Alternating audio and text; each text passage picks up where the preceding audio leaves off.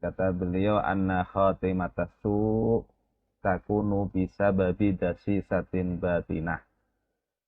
Sesungguhnya akhir yang buruk, su'ul khatimah, itu disebabkan karena dasi satin batinah, sisipan-sisipan batin atau buruknya kondisi batin lil abdi bagi seorang hamba.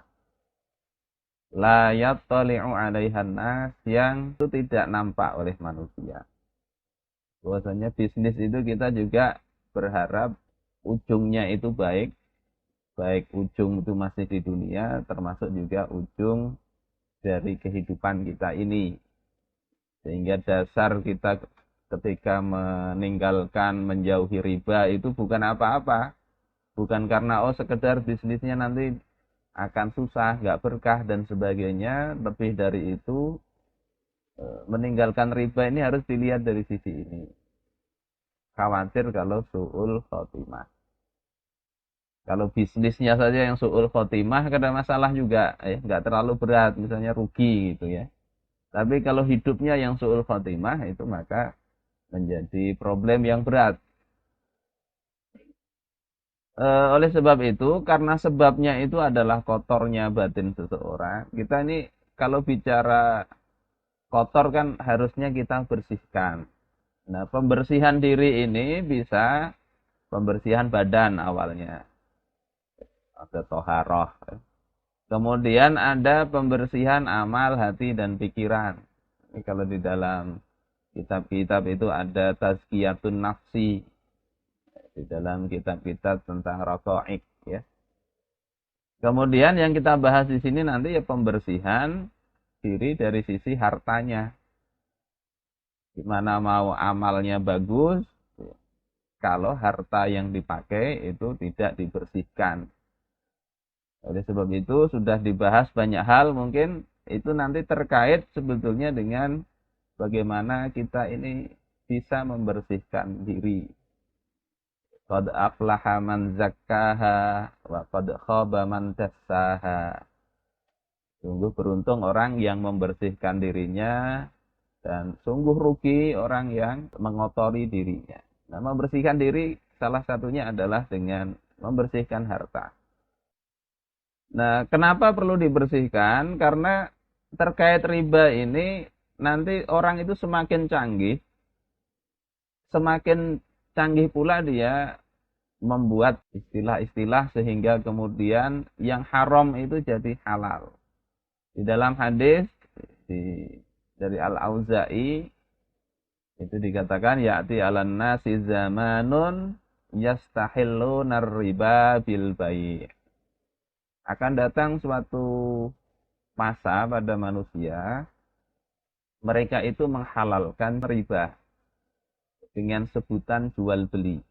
Riba tapi dibungkus dengan sesuatu yang seolah-olah secara fikih memang kelihatannya halal.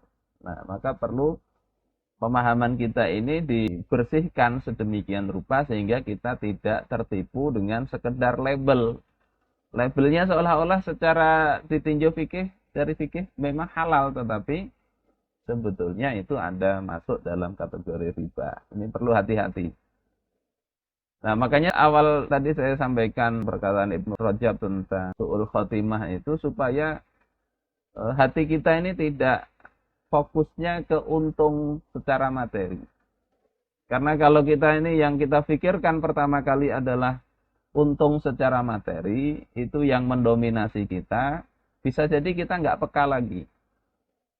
Sehingga dirubah sedikit saja kita sudah bingung, ini halalkah, haram nggak?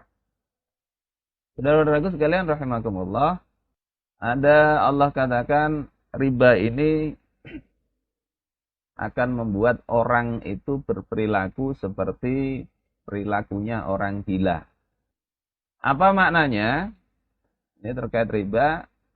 Di dalam tafsir Al-Qurtubi dikatakan yub'atsu kal majnuni 'uqubatan lahu wa tamqitan 'inda jami'i ahlil mahsyar. Di akhirat orang yang makan riba itu akan dibangkitkan dalam kondisi kal majnun, seperti orang gila. Orang gila itu kan Kalau di dunia saja sudah nggak ini ya, kita nggak mau lah jadi orang gila itu. Tetapi ini bukan hanya di dunia, inda jami'i ahlil mahsyar, di depan seluruh penduduk atau orang-orang di padang mahsyar saat orang sedang dikumpulkan, sedang kondisi paling sulit ya. Kalau sampean ada kemacetan lalu lintas saja mungkin sudah heboh begitu. Tetapi ini justru kemacetan di padang mahsyar. Orang dikumpulkan mulai zaman awal sampai akhir. Nah, ternyata dalam kondisi gila. Kal majnun, seperti orang gila. Nah, Ibnu Atiyah ketika menafsirkan ayat ini, beliau mengatakan bahwasanya ayat ini merupakan tasbih. Tasbih itu perumpamaan, permisalan. Tentang kondisi orang yang tamaknya dia terhadap perniagaan dunia karena riba ini, itu seperti orang gila. Ini kiasan, tasbih. Dan ini kata Ibnu Atiyah di dunia. Jadi orang yang riba ini kadang sudah nggak masuk akal lagi apa yang dilakukannya. Hal-hal yang nggak masuk akal dilakukan di dalam bisnisnya tadi. Ada orang utangnya 9 miliar, sudah dibayari bertahun-tahun, hampir pembayarannya itu hampir 9 miliar, tapi utangnya nggak berkurang. Setiap bulan bayar 90 juta. Sudah hampir 9 M juga yang dibayarkan itu. Tapi itu ternyata masih hanya bunganya saja. Jadi pusing. Nggak masuk akal. Nah, yang lebih parah juga dikatakan oleh Rasulullah SAW dalam suatu riwayat, walaupun ini dari sisi sanad ada perselisihan ya, kayak Su'aib Al-Arnaud itu mengatakan ini sanadnya ada kelemahan.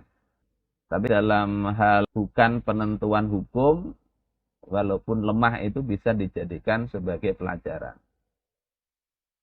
Di situ dikatakan dirhamur riba, 1 dirham riba, ya'kuluhur rajul, yang dimakan oleh seseorang, wa huwa ya'lam, dan dia tahu itu riba, asyaddu min sittin wa salasina zinyatan. Itu lebih keras, lebih berat daripada 36 kali berzina. Jadi, kalau begitu baik berzina aja Ustaz. Daripada makan riba, ada yang begitu. Zina itu berat sekali sudah dosanya, ini lebih berat lagi. Maksudnya begitu. Bukan, lebih baik berzina aja, enggak begitu. Itu salah kaprah. Apa maksud dari hadis tersebut? Ini dijelaskan oleh Syekh Mullah Ali Al-Qari Al-Hanafi di dalam Mirqatul Mafatih, syarah Mishkatul Masabih. Asyaddu min sittin wa salasina zinyatan. Bacanya zinyatan ya, bi kasri zai wa sukunin nun. Jadi baca zin, bukan zaniyah. Ya, kalau dibaca zaniyatan itu artinya wanita penzina. Tapi ini zinyatan, ini pekerjaan berzina. Jadi lebih berat daripada 36 kali berzina, baik berzinanya dengan satu orang yang sama atau dengan 36 orang yang berbeda. Apa maknanya? Wa zahir annahu urida bihil mubalaghatu zajran an aklil haram. Ya, makna zahirnya ini dimaksudkan untuk mubalaghah. Mubalaghah itu kalau bahasa kita hiperbolik, majas hiperbolik, yakni sesuatu yang bersangatan, apa bahasa Indonesia itu? Artinya sangat dilarang untuk makan yang haram. Jadi kalau dipakai ini dimaknai mubalaghah berarti nggak bisa dihitung.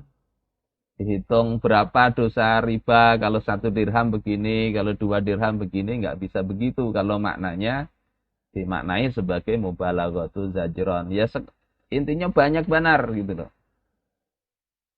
Kemudian wa yuhtamalu annal asyadiyata ala haqiqatiha. Hadis ini juga bisa mengandung makna bahwasanya begitu bersangatannya dosa riba ini itu ala haqiqatiha, memang secara hakiki begitu, sehingga bisa dihitung secara matematis. Kalau 1 dirham 36 kali berzina, 2 dirham berarti tinggal kalikan 2. Ada yang memang memaknai begitu. Bisa juga begitu. Kila dikatakan, kenapa bisa besar begitu? Li'annar riba yu'addi bisahibihi ila khatimatis su. Karena riba itu mengantarkan orang yang melakukannya kepada su'ul khotimah. Wal'iyadu billah. Dan kita berlindung kepada Allah dari hal tersebut. Ya, jadi yang paling bahayanya di sini bisa su'ul khotimah. Ya, kalau nggak bertobat dan mati dalam keadaan makan riba itu. Ya su'ul khotimah memang tidak mesti harus mati kafir ya enggak. Dan mati dalam maksiat itu juga su'ul khotimah. Sebagaimana di dalam kitab Minhajul Abidin ya Imam Al-Ghazali. Termasuk mati dalam pikiran yang fokusnya kepada bisnis saja. Enggak rela dia dicabut nyawanya, itu juga su'ul khotimah. Jadi level su'ul khotimah ini banyak. Sebagaimana para ulama itu mengatakan, ya, mengambil dari surah Al-Baqarah ayat 279, fa'ilam taf'alu fa'zanu biharbi minallahi wa rasuli. Kalau mereka tidak melakukan yang demikian, maksudnya adalah berhenti dari riba, maka Allah dan Rasulnya itu akan memerangi mereka. Kemudian dikatakan para ulama, ya, man harabahullahu wa rasuluh, siapa saja yang Allah dan Rasulnya perangi, au haraballaha wa rasulah, atau orang itu memerangi Allah dan Rasulnya, la yuflihu abada. Dia tidak akan pernah beruntung selama-lamanya. Saudara-saudaraku sekalian rahimakumullah. Dan riba ini akan dihancurkan oleh Allah Subhanahu wa taala di dalam Al-Qur'an, ya, yamhaqullahu riba. Allah akan menghancurkan riba. Maknanya apa? Yakni fid dunya. Ini di dunia. Ayyuzhibu barakatahu wa in kana katsiran. Yakni maksudnya apa? Akan dihilangkan berkahnya. Walaupun banyak. Walaupun menghasilkan harta banyak, Allah cabut barokahnya. Jadi kalau ada orang melakukan riba kok nggak bangkrut-bangkrut, ya bisa jadi nggak bangkrut secara fisik. Kalau bangkrut itu berarti Allah masih sayang, ya, supaya suruh ampeh, suruh berhenti. Bisa jadi dikasih dia tambah banyak, tapi Allah cabut berkahnya. Ibarat minum air laut nggak pernah dia hilang dahaganya. Semakin banyak, semakin haus. Bisa begitu. Nah, diriwayatkan dari Ibnu Mas'ud, innar riba wa in kasura fa'aqibatuhu ila kullin. Riba itu walaupun menghasilkan banyak, ya, hasilnya banyak, maka ujungnya itu pasti sedikit. Ujungnya ini secara kebiasaan, ya. Orang bisnis riba itu ujungnya pasti nyungsep. Ujungnya nyungsep. Ujungnya itu kapan? Ya, bisa jadi saat dia masih hidup itu bisnisnya hancur. Bisa jadi setelah meninggal. Saya ada ketemu orang yang cerita bagus itu, ya, bisnisnya itu. Pakai riba, dia pakai bikin pesantren. Digratiskan santrinya. Tapi pakai bisnis riba. Kapan ketahuan nyungsepnya? Setelah dia meninggal. Setelah dia meninggal ternyata hutangnya numpuk, aset-asetnya disita. Termasuk pesantrennya kolap. Tidak mesti ini waktu hidupnya, tidak. Bisa jadi nanti anak keturunannya yang jadi masalah. Dan bisa jadi juga memang tidak bangkrut secara materi, tapi Allah hilangkan keberkahannya. Jadi dalam riwayat yang lain yamhaqullahu riba maknanya adalah la yaqbalu minhu shadaqatan wala hajjan wala jihadan wala silatan.